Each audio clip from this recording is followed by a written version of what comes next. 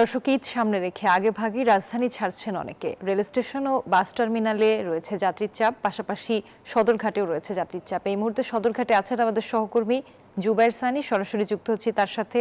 সানি, লঞ্চে ঈদ যাত্রার কি চিত্র দেখছেন? যাত্রীদের কোনো ভোগান্তির কথা চোখে পড়ছে কিনা জানাবেন। ধন্যবাদ রুবা। অনেকেই কিন্তু এখন ঢাকা ছাড়ছেন, কিন্তু সোমবার থেকে যেহেতু সরকারি প্রতিষ্ঠান বা বেসরকারি প্রতিষ্ঠানগুলো বন্ধ হয়ে যাবেন, অনেকেই পরিবারকে এখন পাঠিয়ে দিচ্ছেন, কিন্তু লঞ্চের যে সেই চিরচেনা ভিড় সেটি কিন্তু নেই। মোটামুটি বলা যায় যে নির্বিঘ্নেই যারা বাড়িতে যাচ্ছেন তারা কিন্তু যেতে পারছেন। লঞ্চে যে ডেকের যে সিটগুলো রয়েছে সেগুলোও অ্যাভেলেবেল রয়েছে। অনেকে লঞ্চ ঘাটে এসেও কেবিন পাচ্ছেন।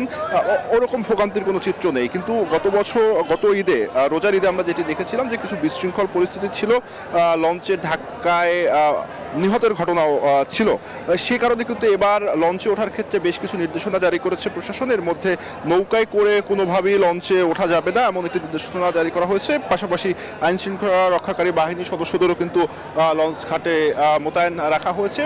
সার্বিকভাবে যদি বলে যে এখনও কিন্তু সেই যে ভিড় সেটি এখনও তৈরি হয়নি, সেটি হয়তোবা রবিবার বা সোমবার থেকে শুরু হবে। কিন্তু আগাম প্রস্তুতি হিসেবে কিন্তু এখনই কাজ করছে প্রশাসন। তো এই ছিল আমার কাছে সদরঘাট লঞ্চ টার্মিনাল থেকে সর্বশেষ তথ্য। রুবা।